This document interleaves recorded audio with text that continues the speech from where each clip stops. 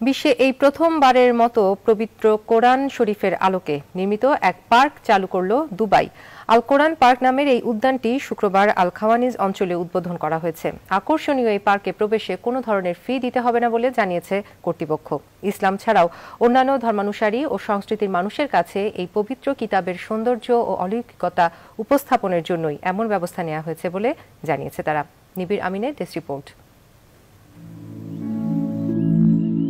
অবশেষে ইতিহাসে প্রথমবারের মতো মুসলিমদের ধর্মগ্রন্থ আল কোরআনের উপর ভিত্তি করে আরব আমিরাতে উদ্বোধন করা হলো আল কোরআন পার্ক। প্রায় ৬০ হেক্টর জমির ওপর গড়ে তোলা এই পার্কের মাধ্যমে চমৎকারভাবে ফুটিয়ে তোলা হয়েছে কোরআনে বর্ণিত বিভিন্ন বিষয়।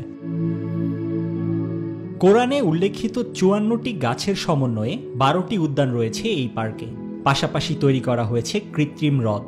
প্রতিটি নির্মাণের পাশে লিখে দেওয়া হয়েছে প্রাসঙ্গিক আয়াত ও ঘটনা।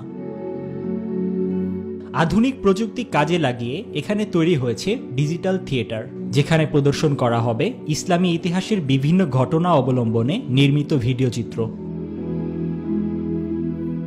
কোরআন পার্কে আরও রয়েছে আকর্ষণীয় ফটক, ঝর্ণা, গ্লাস বিল্ডিং, মরুদ্যান, রানিং ট্র্যাক, সাইকেল ট্র্যাক সহ নানা ধরনের স্থাপনা ও আয়োজন।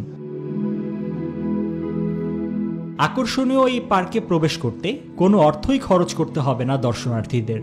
উন্মুক্ত করা হয়েছে সব ধর্মের মানুষের জন্যই।